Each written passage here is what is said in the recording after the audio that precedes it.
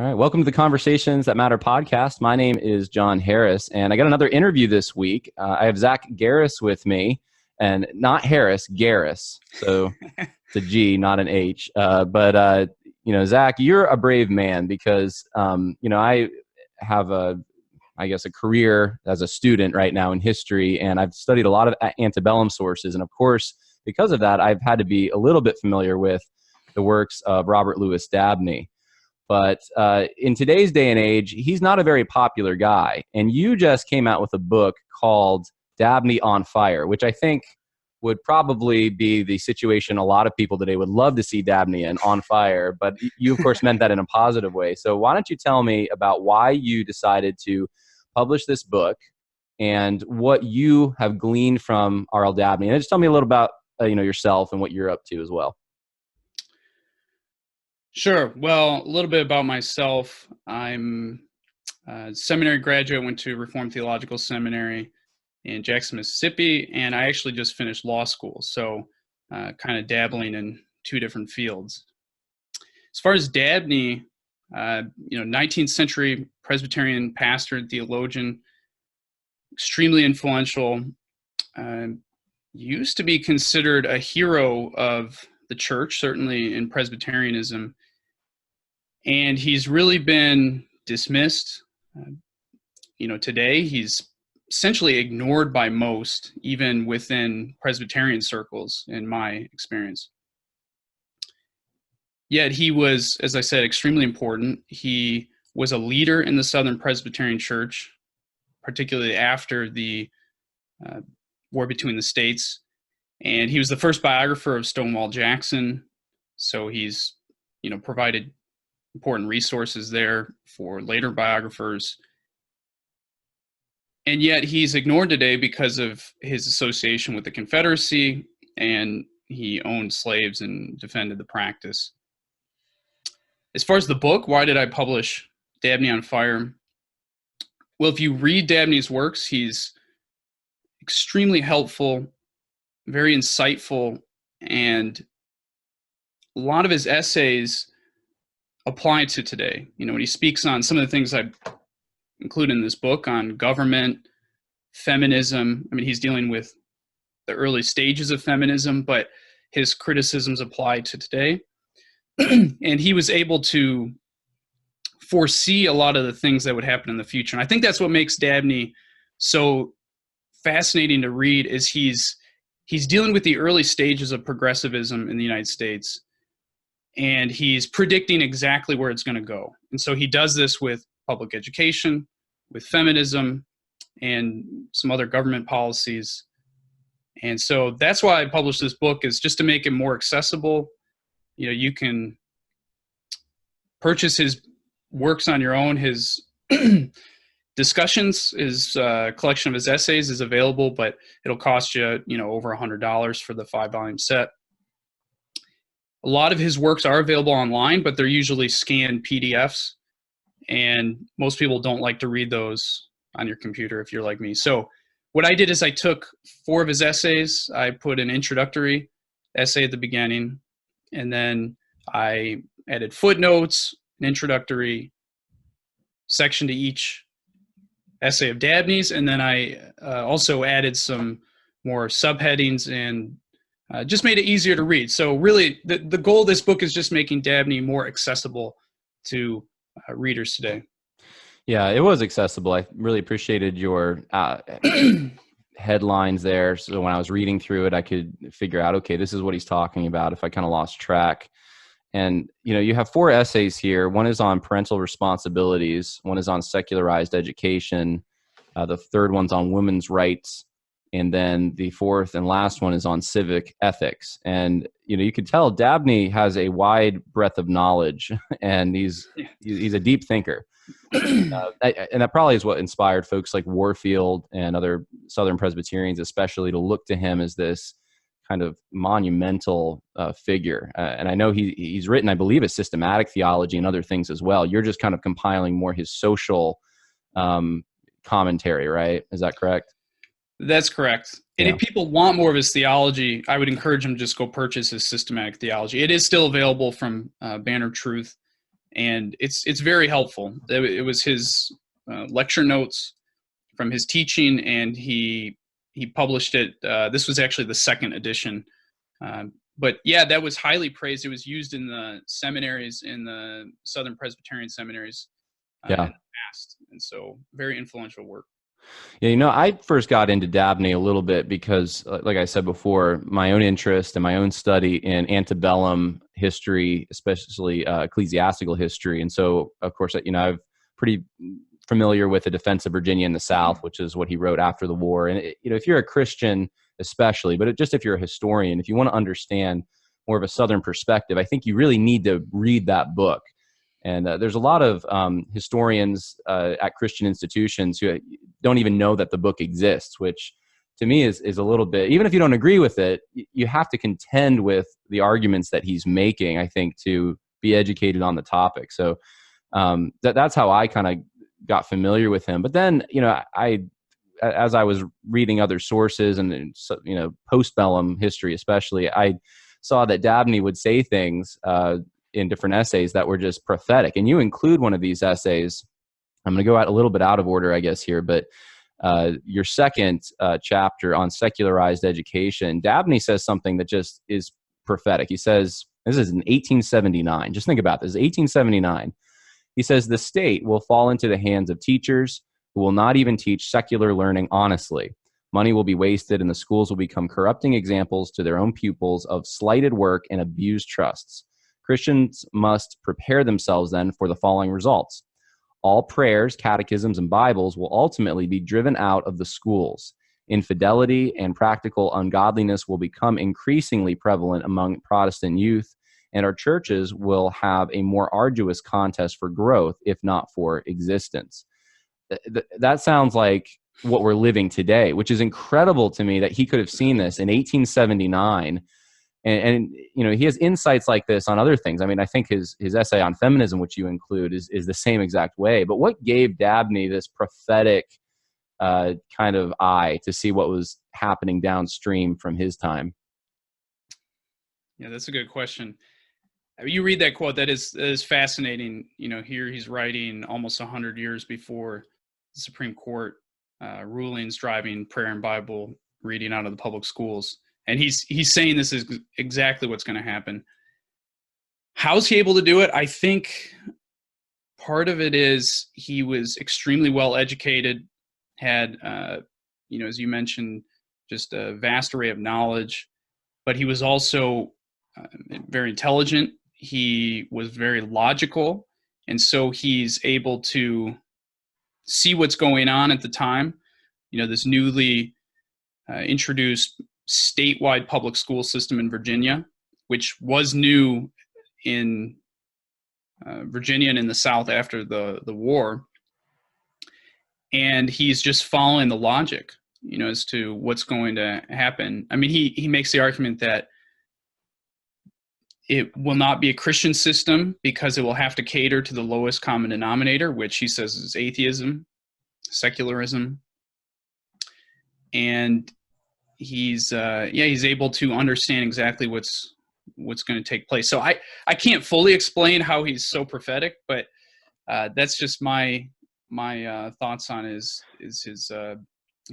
intelligence. It seemed to me, reading a bunch of these essays, that Dabney, like you said, he's a logical thinker, but he obviously, and I don't know if you're presuppositional or not in your apologetic methodology, but I almost caught hints of what reminded me of Van Til a little bit, even though he preceded Van Til. But he would have this ability to kind of look at a philosophy or worldview and get to the bottom of it. Okay, let's get to the skeleton. Let's get to the structure of what we're looking at. And he would just pick apart the root assumptions of things, and be able to extrapolate forward what would happen if these root assumptions were left unchecked. And he said things, I'm sure, in his day that must have made people think that he was slightly nutty, at least in certain circles. You're kidding me. Bibles are going to be taken out of schools. Women are going to be abused. I mean, he's looking at feminism. It's like women are going to be abused. They're going to be, subject to the brutality of men because they've given up their place as their uniqueness as a woman. And so people would have probably said, you're crazy. And look at him now. And he looks like he knew exactly what was going on. And, maybe we should go back and check out what he had to say, because maybe he has something to say to us today. That was my sense, at least while reading it. The first essay, though, that you include in this is on parental responsibilities. What can you tell me about Dabney's view on parenting? Well, this is Dabney's least controversial essay that I included in the book. And I wanted to start off with this one just because I think it's an inspiring essay for Christians, for parents, aspiring parents. And Dabney, this was a sermon that he gave to the Presbyterian Virginia. And he really just walks through the significance of parents and the task of parenting. And I think some people kind of downplay the influence parents can have on their children. And Dabney really gets into the details, as far as the morality of the parents, even just in setting an example for their children, that will leave an impact on them for the rest of their lives. And he even gets into how Christians, nominal Christians, can leave a negative mark on their children in the future because they've seen hypocrisy and the like. And so he concludes the essay by saying that parenting is the most important task in the world. We're raising not just future generation, but future Christians who will pass on the faith. And so it's a great essay. Yeah, I know at one point, I'm looking for the quote and I can't find it, but he compares the love of God to the love of a parent. And this beautiful passage where he talks about the sin that parents impart to their children, and then how their duty is one of their duties, if they're a loving parent and a Christian parent, is to help them know the Savior. Because in a sense, they've passed on this sin, and now they're going to help them get rid of it by going to Christ the same way they did. And I'm not doing it justice, but he said it in a very more flowery and beautiful way, I thought. What do you think Dabney was facing in his own day that compelled him to write such an essay? And then in our day, what do you think Dabney's voice could teach us about parenting? Yeah, I'm not exactly sure what led him to write that essay, other than just a deep conviction from the scriptures. And he gets into the Bible a lot. Conviction that, the role God has given parents, and that is to produce a godly seed or offspring, as he quotes from Malachi. What does it mean for us today? Well, things haven't changed. We're still having children. That's how, humanity goes on. And so I think this is a task that Christians need to take seriously. And one thing it can do is inspire us to have children. I think that's obviously something we're facing today, is a declining birth rate, even in the church. I think it's kind of become the norm where parents think, oh, how many kids do you want? And, they're now in the 2 to 3 range in the church, where that's, it would have been a lot more back in Dabney's day. He had six sons, 3 of whom died in infancy. But people were trying to have more kids back then because they knew the influence that they would have on the future. Yeah. I made this connection, and I don't know if you did, but the parental responsibilities section, which you include first, was in 1879 that he published that. And then in chapter 2, Secularized Education, that was the same year. And so I just thought, well, these two fit together beautifully. I think what he might be trying to tell us is that, and we'll get to the secular education in a minute, but is that parents need to first take their responsibility seriously for educating their children, and which is included in nurturing them and raising them and providing and all of that. And this is not really the government's responsibility to do this. This is something that God has given to parents. And so in the same way that he's against this secularized education, he is for parents and the role that they have in their child's lives. I made that connection, at least.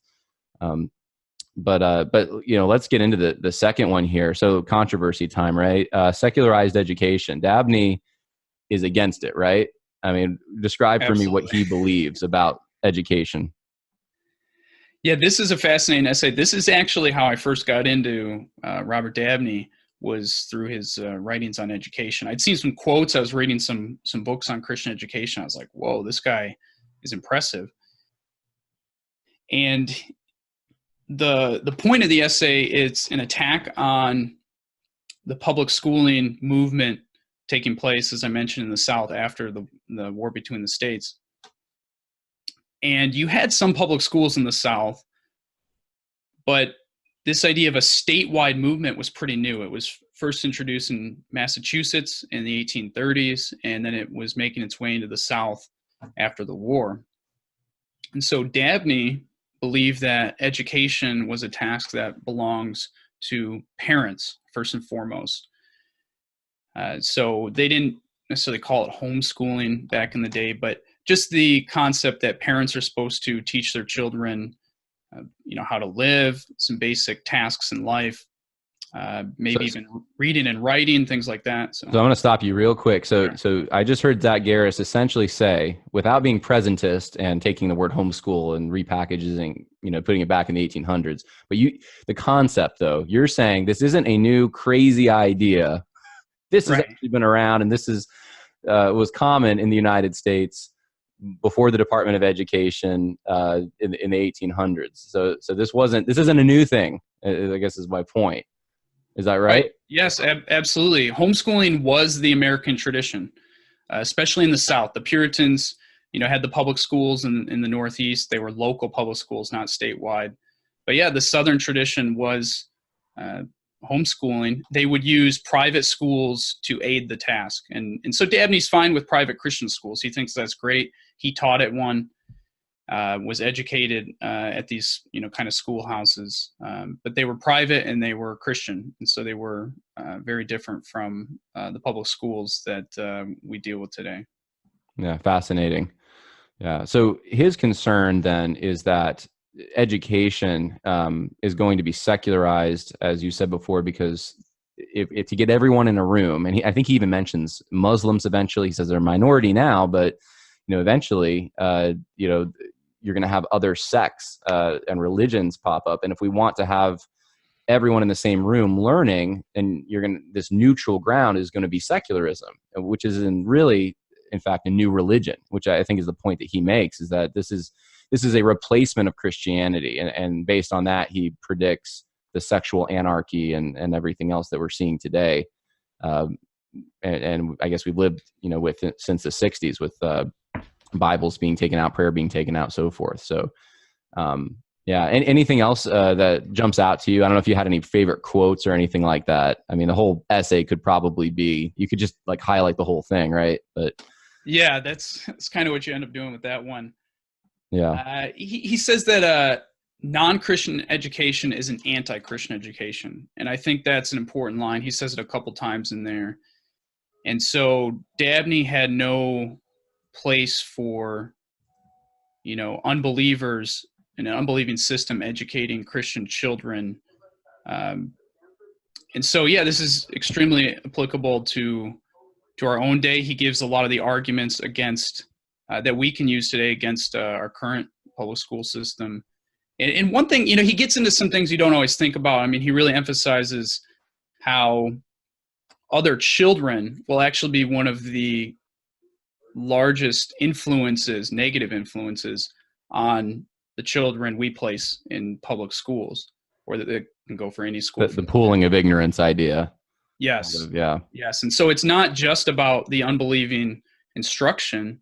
It's also just the whole influence. And I think we need to take that into account when we're evaluating, educational options.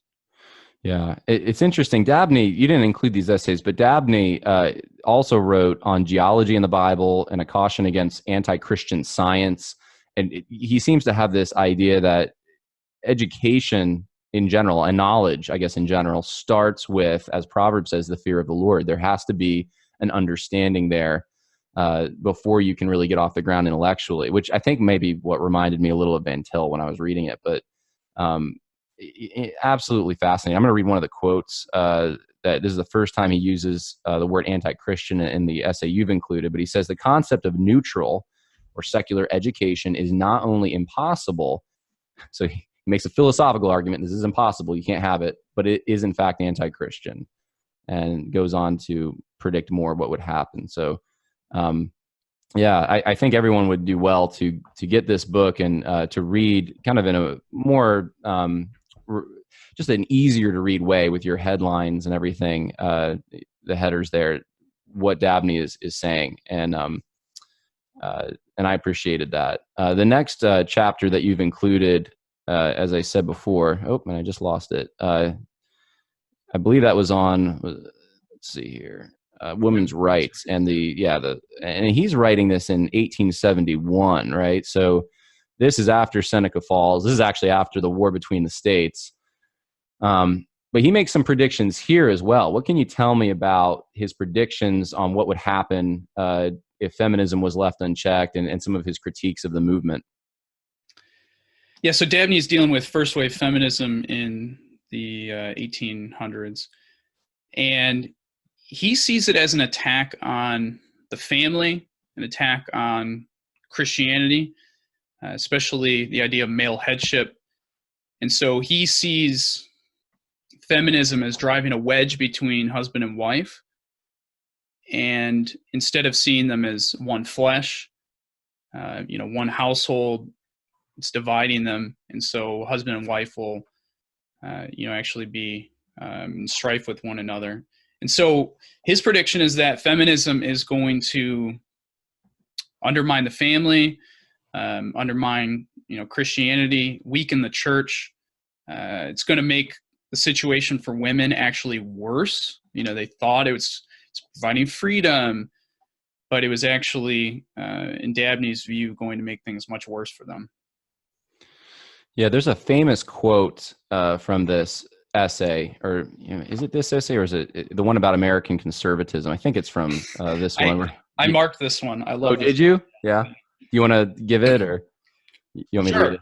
Yeah. So he says, and he's describing conservatism, or specifically Northern conservatism, which he says is the only opponent of women's rights at the time. And he says, Northern conservatism, this is a party which never conserves anything. Its history has been that it demurs to each aggression of the Progressive Party and aims to save its credit by a respectable amount of growling, but always acquiesces at last in the innovation. What was the resisted novelty of yesterday is today one of the accepted principles of conservatism. And I just think, you could cite that for a number of issues, but what are we actually conserving today? When you look at, politically, or we're oftentimes so-called conservatives of the Republican Party, they just adopt the latest progressive policy and then make it their own. Yeah, there's no principle. He says American conservatism is merely the shadow that follows radicalism as it moves towards perdition. And this is said all the time in conservative circles. You hear even on like talk radio, they say, well, do you want to jump off the cliff, at full speed or half speed? We're going to get to the same destination either way. Republicans are just going to do it more organized and in a smarter fashion. And it rings true with a lot of the more like Tea Party conservatives, because they're like, why aren't we balancing our budget? Why are we spending like drunken sailors? How come, we've been pro-life for how long and we can't really get much done, which hopefully that's changing. But yeah, there's this sense that we just sort of adopt the things that we fought before. We just, they become part of the party platform. Like public education is a good example. This was a controversy. And now, like, no one, even the most ardent conservative, would think about eliminating the Department of Education.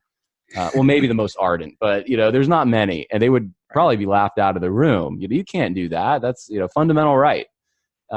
So we're arguing about healthcare now, and I'm preaching, I know, but how long before that is part of a plank in the Republican Party platform that, well, free healthcare is also a right that the government must provide, and we're going to do it in a smarter way. And that's what Dabney seems to be saying, that there's no principle. We're unrooted. We just we're the shadow that follows, he doesn't call it liberalism, but radicalism, which is probably a better word to predict. Absolutely. Yeah. Yeah, I think, one of the, I would say the chief problem of conservatism today is that it doesn't have a consistent ideology. And so most conservatives can't, actually defend their positions. They're just trying to give reasons why we shouldn't adopt, the latest progressive policy. And so they end up just following this, as Dabney says. You have a lot of conservatives now wanting some sort of paid family leave policy. They don't actually get rid of Obamacare. They just repeat. They were supposed to get rid of all of it. Instead, they just they modified some of it. But the point being, they don't argue for like a consistent principle such as free market healthcare or free market education. It's just giving into the progressive way, and it's sad. But Dabney can help us have a more consistent worldview. I know Paul Gottfried, I once heard him say that America doesn't have a lot of conservative thinkers in its history, but he listed Dabney as one of America's few conservative thinkers. That's interesting that he did that. Because I was trying to think, did Russell Kirk include? I mean, he included Calhoun in his conservative mind, but I think Dabney, because he was a theologian, and he's primarily known as that, he gets overlooked a little bit. But yeah, in post, in Reconstruction era South, he's probably one of the foremost political thinkers as well. And I don't know that he's gotten. Yeah, that's what's interesting is. So what if he was a theologian? I mean, that actually, in my opinion, should help guide him in some of these things. But he wasn't just a theologian; he was also a political thinker. He addressed, all sorts of these issues. So, yeah, it's not fair to leave Dabney out of the discussion as many have. Yeah. One of the things that I felt necessary to include there's two things in this conversation, though, about women's rights, which is your third chapter that you include of Dabney, his essay there on women's rights. Number one, I think when we talk about first wave feminism, the picture that people get is wanting the right to vote, and that's pretty much it, just women's suffrage. You go back to like Mary Poppins, right? The suffragettes marching. That's probably the only image that a lot of people, at least in pop culture, have. But in actuality, and this comes out as you read Dabney's essay, there's a lot more being smuggled in behind that. There's a lot more to it. And I just know in my own study of first wave feminism, 1848, Seneca Falls, they're doing seances in the basement. Read their Declaration of Rights. I mean, marriage is slavery. It is radical stuff. And that's when I hear conservatives saying, well, the third wave feminists, they really have the problem. I'm like, well, yeah, they do. But first wave feminists kind of got that ball rolling. And because I think, and this is my own opinion here, but they became untethered from any kind of biblical authority. And of course, we were we were part of Christian civilization before. And this was kind of, I think, one of the first steps to have this autonomy, that we can have these concepts of freedom and liberty apart from the constraints that were put on them necessarily by nature and by the special revelation that guided us. So they wanted women in the clergy. They wanted women in all professions, and this was radical, especially at that time. And so when Dabney's talking about it, he's looking at, I think this is right before, but the sentiment was still there. Things like Elizabeth Cady Stanton, publishing the Women's Rights Bible, cutting out all the verses that had to do with women submitting to men or the creation role that God has ordained. And so, so this isn't just Dabney griping about women are going to vote now. That's not. If you think that's what he's doing, you need to read the essay, because that wasn't the argument going on at that time. So I don't know if you have anything to add to that, but do you agree, disagree? I mean, that's the way I look at it.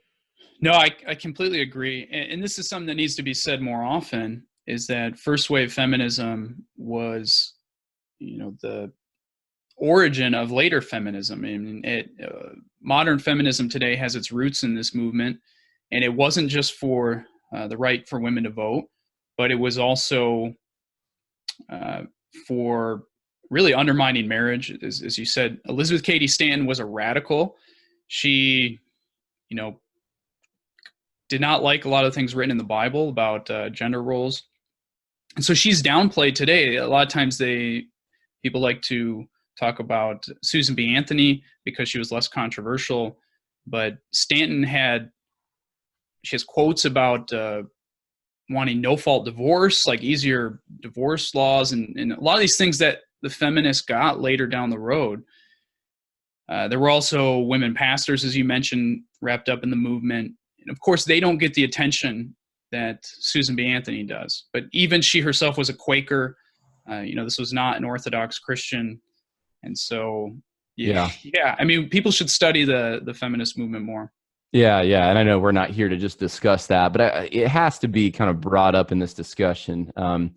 You do realize, because of what you and I just said, we will never be running for political office, but that's okay. I wasn't planning on it anyway, but yeah, if you're a politician and you're listening and you agree with what we're saying, you might want to keep your mouth shut. But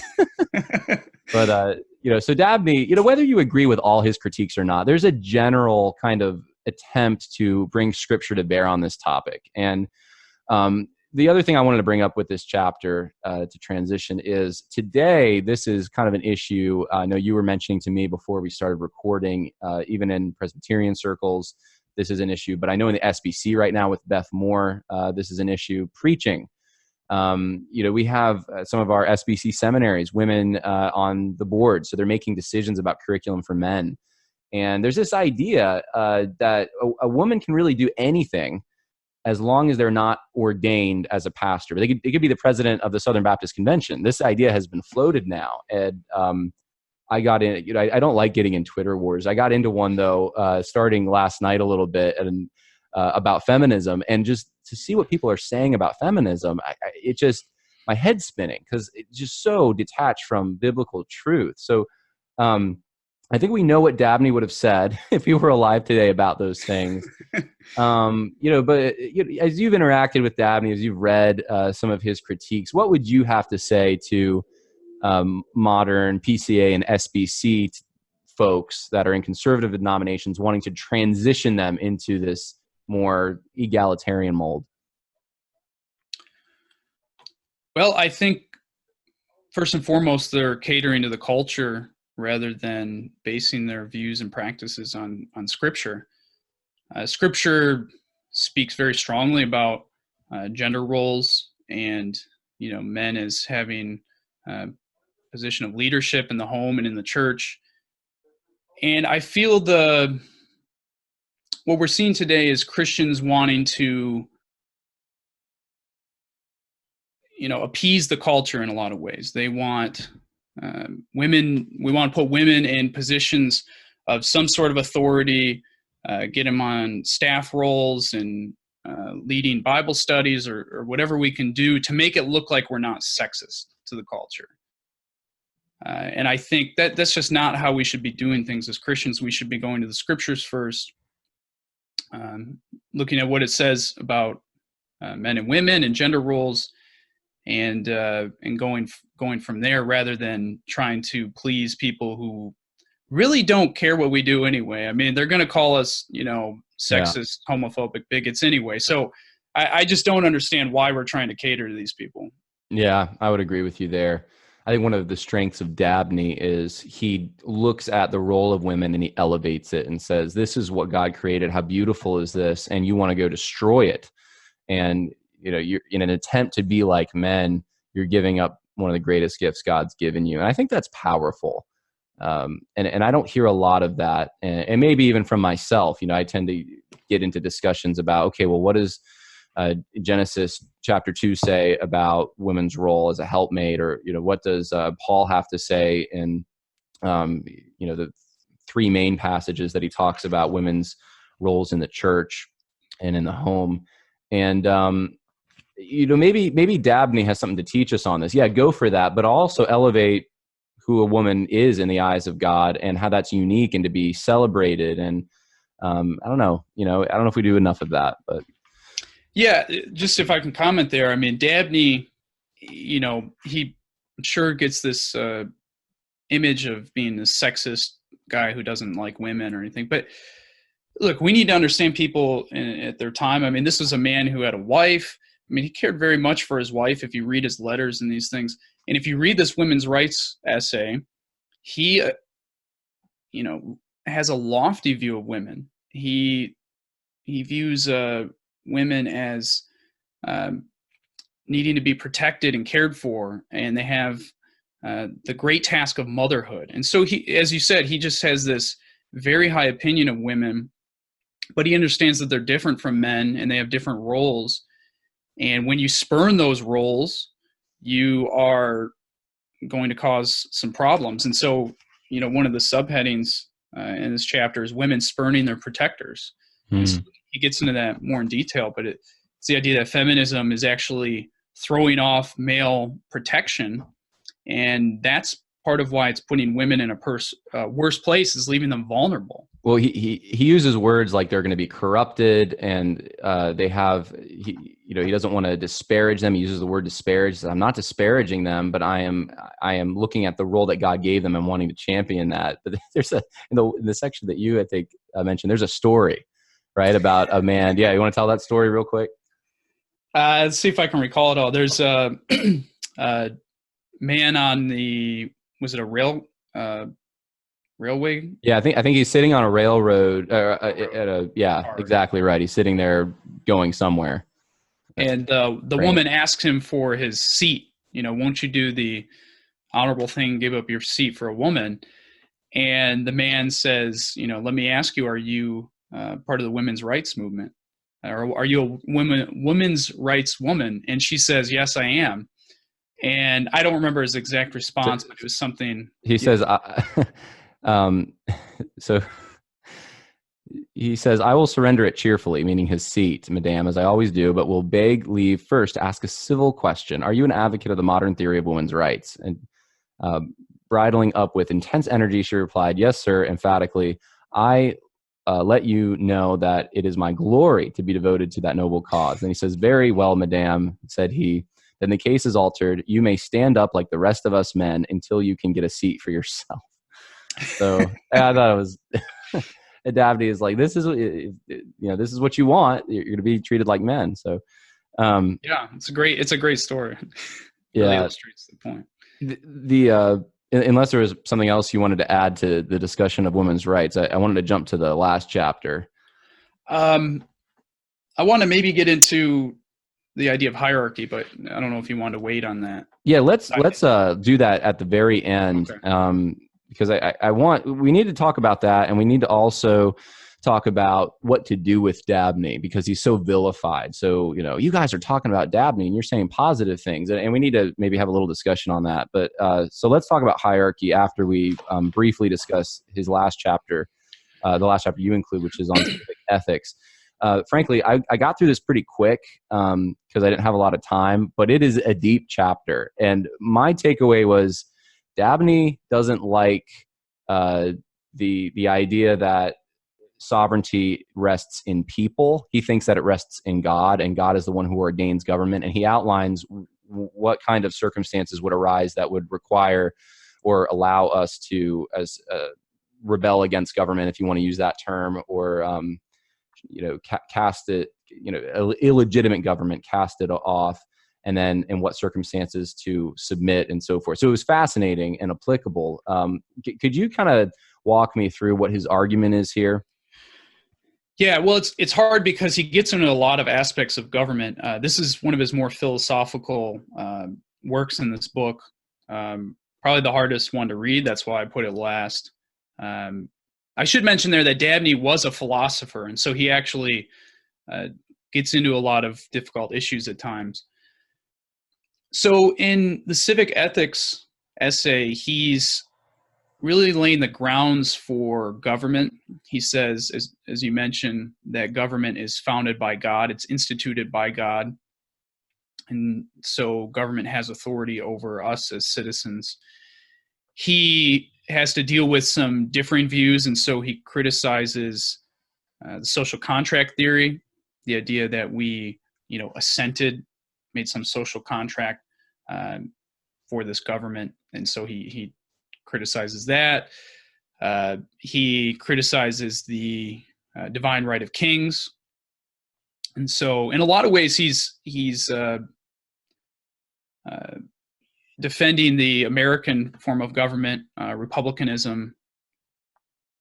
He even defends the idea of separation of church and state, although I should clarify, he does not mean the modern version of separation of church and state. He simply means that, we don't have state churches, which some of the American states had state churches even into the 1830s. But, this idea of Virginia, where he was from, following Jefferson, had separation between the church and the state. But he's not arguing that government should be separated from religious arguments or that kind of right. thing. He just believed in spheral authority, the different spheres that God had ordained. Yeah. Yeah, absolutely. So he ends up dealing with a variety of issues in here, such as when we can rebel against tyrants. And so he takes up some historical issues such as the American Revolution, and he ties it in with the war between the states. And of course, his position is that the South in the war between the states was just taking up the same principles as the colonies did against Britain and American Revolution. And so he's saying, look, we're just seceding, which he thought was legal, and that was his position. Mm-hmm. Yeah. Now he does not like. He doesn't seem to like John Locke very much, right? He doesn't. And there's a couple other philosophers that he mentions in there. Hobbes. He does not like Hobbes, right? Rousseau. So he's criticizing a lot of these guys, and it was intriguing, and I actually want to go through it at a slower pace just so I can try to absorb his argument a little better. But it's a Christian who's a philosopher who's also politically minded, really grappling with these things, and you just don't see that a lot. It's deep thinking, which I really appreciate. Yeah, and that's an essay I've had to read it several times, and I still don't remember everything that's in it. So that's one that people should, if they're interested in government and philosophy of government, that's an essay to read and reread. Yeah. Well, you don't make me feel so bad now. So that's the book, and I mean it's short. You could probably read it in a couple hours and get through it. I wanted to talk about what we just mentioned before, so hierarchy, and then why look at Dabney. So what was Dabney's idea of hierarchy? Why is hierarchy important? Well, Dabney believed that hierarchy is essential to society, to civilization. And so this really sets him at odds with the modern egalitarian spirit, which I think has its origins, or at least part of them, in the French Revolution, the Jacobins, as he refers to, where they wanted to, basically abolish all distinctions between gender, other roles in life. And so it's this idea of equality, or this, sameness. They wanted, they opposed hierarchy. And so Dabney's at the opposite end of the spectrum. He's embracing hierarchy as a good, as something given to us by God. And so this ends up playing out in a variety of roles. Obviously, God is at the top. He has hierarchy over all of us. We submit to him.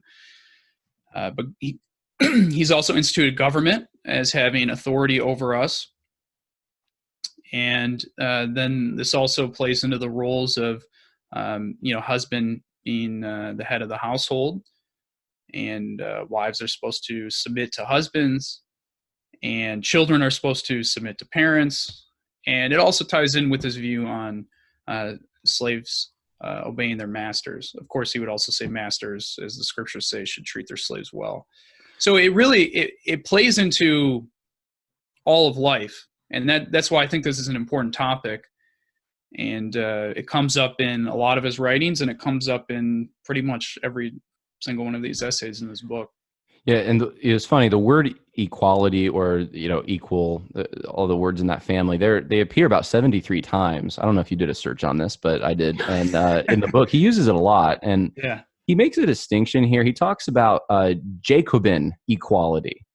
He adds that adjective, there's Jacobin equality, and he makes a distinction between that and equality before God. And this is, all these battles, it seems like today in politics and in the church are fundamentally battles over the dictionary. The worldviews in collision, and the secular humanists take words that meant one thing and then give them a new meaning. And equality is one of these words that if you mention it today, people, I think, automatically go to an egalitarian mindset. Oh yeah, like everyone should have the same political mobility. So, everyone should have an equal say, no matter what their level of education, anything, gender, whatever the case may be. Everyone should have equal access to the same things, equal opportunity, equal outcome. That's equality. And that wasn't, it seems like when Dabney was writing, this term was in transition. And we're on the other side of that now, looking back, saying, okay, the term has actually changed definitions now, which is just fascinating to me, because he's still fighting for this word. It's like, no, this is Jacobin equality. We have actual equality before God, which is an equality of worth and the same needs, spiritual needs like repentance. And so hierarchy is now the enemy of today's definition, because the Jacobins won, of equality. So if you support hierarchy, now you are against equality, which is like one of the core virtues of our socialistic culture. And so it's difficult to make these arguments. And I think this transitions into why even defend Dabney, why do something like a book on this. This is a guy who believed in that there were levels of authority that God had ordained. Not a popular idea now. So, I mean, are you concerned that people are going to read this and get upset at you? Or, I mean, how do you argue this too? Well, I mean, people will get upset at me, I'm sure. But I think that hierarchy is essential to conservatism. I think it's actually fundamental to conservatism. But it's also fundamental to Christianity. And so I have no problem defending it, even though I know it's controversial. And I mean, hierarchy comes from God. I mean, that's Dabney's whole point, is this is the world God has created, and he's given us different roles in life. And that's something we need to embrace. It's not something to be rejected. And so when you look at, he's contrasting the American concept of equality, which, as you said, is, equality in worth, or he says equality before the law. That's the idea, is humans should be treated equally before the law, or he calls it the equality of the golden rule. And he actually gets into the Declaration of Independence, the preamble. He says, look, people are misinterpreting this. And I hear this all the time. And you see this with some of the neoconservatives, actually. They like to interpret the Declaration of Independence in this way, that all men are created equal. And they say, well, look, that's inconsistent with, even practices at the time. Well, maybe you're misreading the Declaration of Independence. Oh, yeah. Maybe that's not what Jefferson and those who signed it meant, is that everybody's the same. Of course they wouldn't believe that. That's absurd. They meant, as Dabney's defending, this equality before the law. And what people are doing is they're embracing, the French Revolution view of equality, egalitarianism, and they're interpreting the Declaration of Independence in this light. And but that's an atheistic view. It's not the Christian view. And so that's why, I mean, if people take just one thing away from this book, I think it's this point. And I get into this in the introductory essay, so it's not just Dabney's essays. I also try to explain this a little bit. But it's really important stuff, and it plays out in a lot of these issues, especially with feminism today. I think that's a huge application of it. Yeah, he actually, this is in the book on the last, I think it's the last essay, but he says that he talks about equality, and he says in British common law, the idea, this was the phrase used was equal before the law, which you just mentioned. And he says all are equal in the sense that they have a rationale.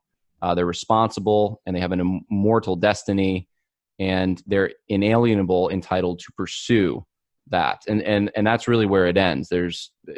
That's what equality meant to them. And of course, in our conception, we borrowed from the concepts of the British common law. So that's what it meant in the Declaration as well. And I think you're absolutely right to bring that up. This mistake is made so often by Christian thinkers when they just smuggle in egalitarianism into the Declaration. It drives me nuts as a historian as well. That's not what it meant, and part of me wants to get into, Daniel Webster. I think it was Webster, but then of course Abraham Lincoln, and then forward there's this.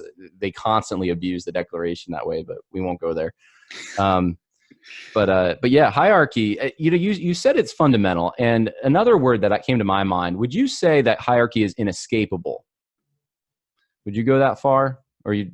Yeah, I mean, if you're reading the same Bible as I am, I mean, it says a lot of things about hierarchy. I mean, for one, just as a Christian, you have to submit to God. He has authority over us, and there's other structures of authority over us, government, parents, things like this. But yeah, it's also inescapable in the sense of somebody's going to rule. I mean, right. Look at even the French Revolution. I mean, they can tell you they embrace egalitarianism all they want. At the end of the day, there's going to be rulers, and it ends up being tyrants. Exactly. So, yeah, it's inescapable. This is just the world we live in, and we need to embrace the right form of hierarchy, which is Christian hierarchy. Yeah, it would be controversial, as everything we've been talking about is, but in my mind, hierarchy is it is liberty's defense mechanism from what you just described, a tyranny of some kind. Hierarchy is liberty's defense against tyranny, and if you don't have a structure that is capable of supporting even the weakest in a society, the government's going to come in and say, well, you need us. And then the only relationship is between an individual and this big, heavy-handed government, which is what we want to avoid. And I don't see how we avoid it if we don't have families and children, husbands and wives.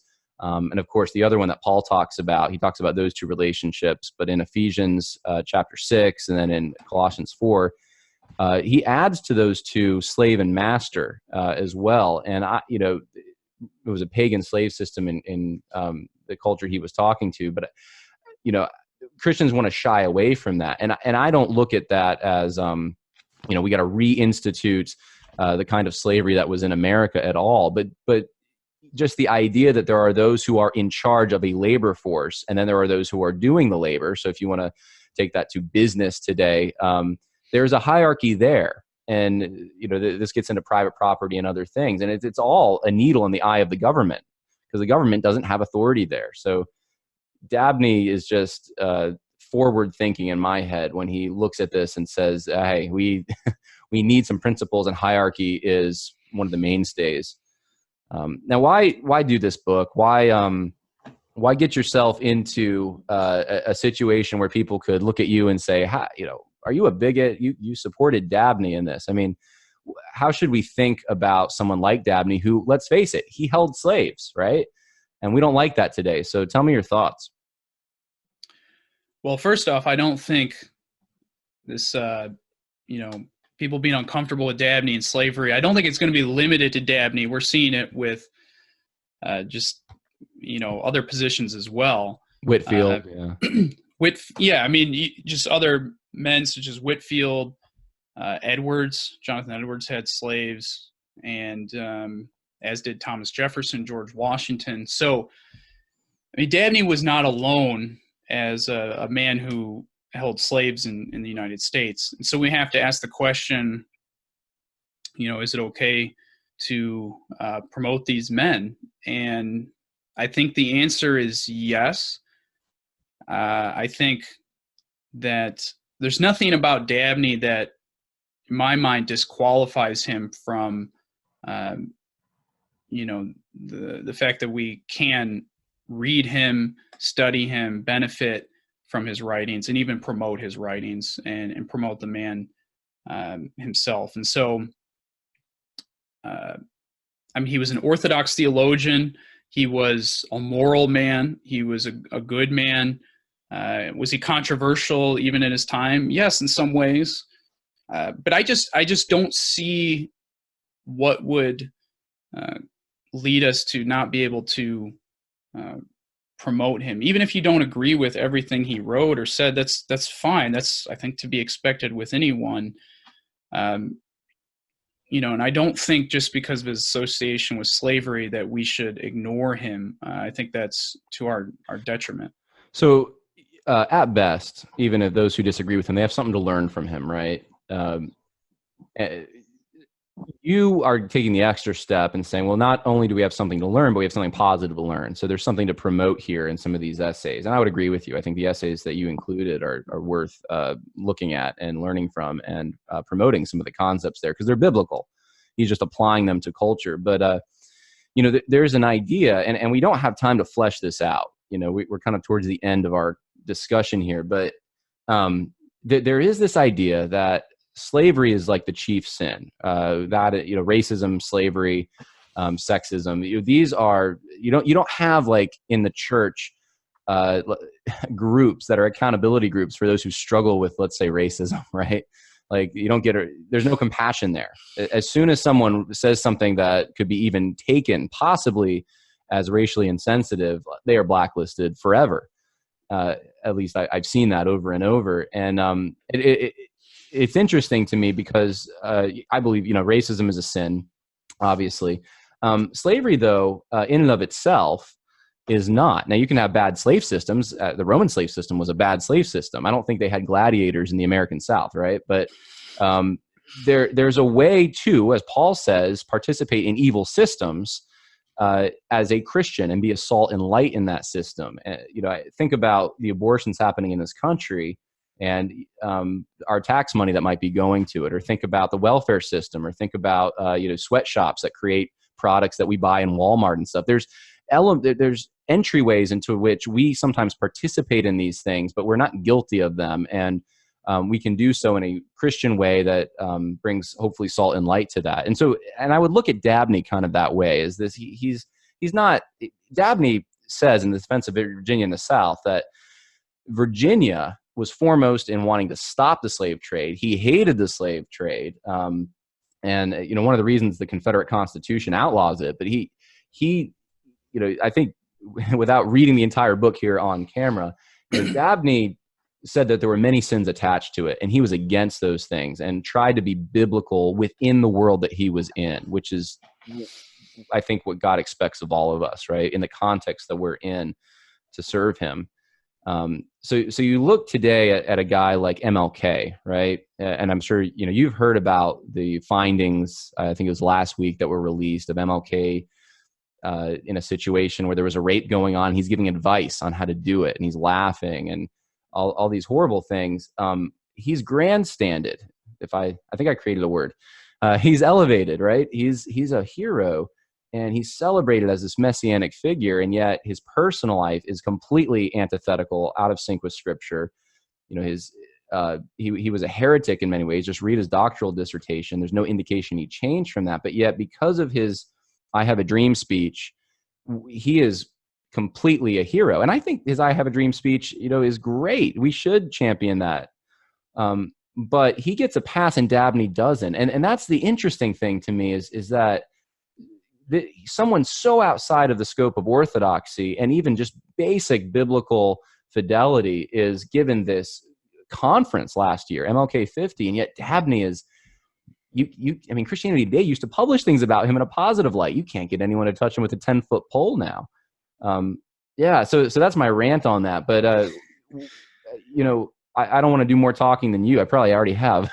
Do you have other thoughts on this, on how to introduce Dabney to an audience that would just want to run away when they hear the word slavery? Hand him my book. That's the first thing. That's a good. No, and actually, I had to self-publish this because I didn't even try reaching a publisher because I knew they wouldn't want to publish it. Not any main publishers. Banner of Truth publishes some of Dabney's works. They did them back in the 80s, and Some of them are still available in print. Sometimes you have to get used copies. But yeah, this is somebody people want to avoid now. He's politically incorrect. And something's clearly changed in the last, 30, 40 years. It's not just Dabney, but I mean, we're seeing it with him in the church. And yeah, you contrast this with Martin Luther King Jr. Look, it was known before last week that Martin Luther King Jr. was an adulterer, that he ran around on his wife. That was already known. And yet the Gospel Coalition had MLK 50 last year. So how do they defend that? I don't know. I mean, a lot of people were critical of them doing that. I mean, as you mentioned, this is a man who was a heretic and he was immoral. And something I would like to add to that is, Paul's words in 1 Corinthians 5. Now, he's speaking of, someone who's alive, but he says if someone calls himself a Christian, a brother, and they're engaged in unrepentant sin, adultery being one of them, he says, don't even associate with this man. Don't even eat with him. And so I have to ask, why then, even if that person is dead, he's a famous person, and he called himself a Christian like Martin Luther King Jr. did, but was unrepentant in serious sin, why would you even associate with him? And certainly, why would you promote him? And contrast that with Dabney. I don't think we can say that about Dabney. As I said, he was orthodox in his theology. He was a morally upright man. And I know some people would say, well, he owned slaves. Well, as far as I know, he treated his slaves well. He tried to follow the biblical principles for slavery. And at the end of the day, we do have to take up the fact that Paul gave instructions to slave masters. He said, slaves, obey your master. And he said, masters, treat your slaves well. Ephesians 6, Colossians 4. We have the book of Philemon. I heard, I think it was Jared Wilson just the other day said that George Whitefield, he was attacking George Whitefield. And he said that if Whitefield was in his church and he refused to repent of his, ownership of slaves, essentially he would excommunicate him. He'd kick him out of the church. But on what basis can you do this? On what biblical basis? Right? If the man is following the biblical principles for slavery, you can't say he was in unrepentant sin. Even if the system itself had problems, as Dabney himself pointed out. He criticized the abuses of slaves. He hated the slave trade, as you said. Right. Thought that was a great evil. And so, yeah, I think we just have to ask, on what biblical basis do you say this man was in unrepentant sin? Yeah. And I know, I think especially later, I read a book by Eugene Genovese where he liked Dabney a lot. He liked Thornwell, and he kind of got disappointed in some of them, the Presbyterian theologians, because he felt that after the war, because of the way Reconstruction happened, and I don't remember the exact quote from Dabney, but there was a sort of a lending of support to a segregation of sorts. And of course, I would stand against that idea. The Reconstruction time period, I think, has to be understood to understand why they did that. But there really isn't a moral justification for supporting that kind of thing. I think segregation is disgusting. But that being said, I have to look at someone in the time period that they're in. And so this is where presentism, I think, is just a cancer that will eat away all of history. Someone that lives in a time of Dabney with the limited, even though he was a brilliant man, he did not have the full knowledge that we do about racial, if we want to call it equality, that we have today. We live in this multicultural culture where we're just interacting with people all the time. And we see that every ethnicity is capable of doing pretty much every job and stuff. And Dabney didn't have the advantage of seeing things from that perspective. And it doesn't justify it totally, but what it does is it helps us, I think, it helps us sympathize a little bit with the time period he lived in and realize the constraints that were on him. These were the same ideas that were in the North and even in Europe. I mean, this wasn't anything, Dabney's views are not unique in any way on that issue of if you want to call it white supremacy, which would be, like, I guess, the bad way to put it, the negative way. But the idea that Europeans were special in God's plan, and they had knowledge, they had the Industrial Revolution, they had scientific explosion, all these things. And, that was the time he lived in. And that's what everyone pretty much thought. And they wanted to go help, in missions efforts and so forth, other cultures and countries and people groups. But there was an air sometimes of superiority there. And something like adultery is so fundamental to Scripture and being wrong. That was something MLK wasn't in a time where he just didn't know adultery was wrong, right? That was clear as day, and absolutely wrong. And I think there are biblical principles that would speak to segregation and so forth. But if you look at Dabney's writings on this topic, he's not outside of the mainstream. And for me, I can look at a man like this and say, okay, you know what? Dabney's biblical views, he's inconsistent in this area. But this isn't fundamental to who he is as a person. He's still an orthodox man. And I hope when someone looks at me in the future, they don't judge me as harshly as people judge Dabney. I hope they can see, okay, John was inconsistent over here. But, at the core of what he was aspiring to, what he believed fundamentally, that was intact. And you just can't say that about MLK. Or some of the other ones that are like James Cone, who's being promoted now. They're heretics. There's nothing redeemable at the bottom floor, at the foundation. So I think you've done a service in putting this book out there. We need to look at Dabney's ideas, and we need to grapple with them. Are there any final remarks you want to add before we end the interview?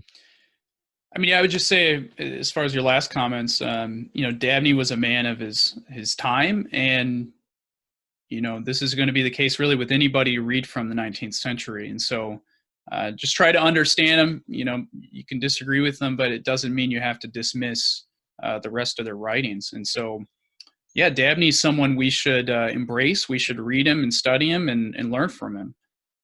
And amen. Yeah. If people want to learn more about my book, dabneyonfire.com has some more information. It's available on Amazon.